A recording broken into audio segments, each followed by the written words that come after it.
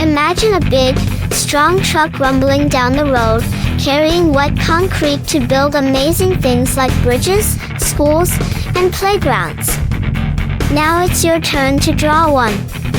We start with simple shapes, a long rectangle for the truck's body and a smaller one up front for the driver's cap. Add 4 chunky wheels so it can roll anywhere. On the back, we draw the giant spinning mixer drum that looks like a huge tilted tube. That's the magic part where the concrete gets mixed.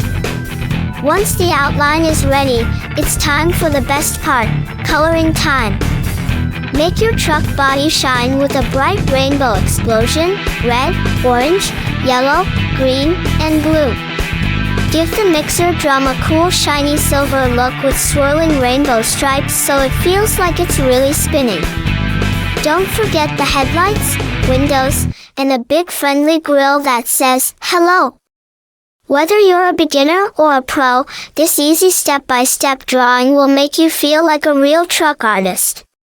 Your rainbow concrete truck is ready to deliver fun and creativity everywhere. So grab your digital drawing tool, hit record, and let's create something awesome together. Which colorful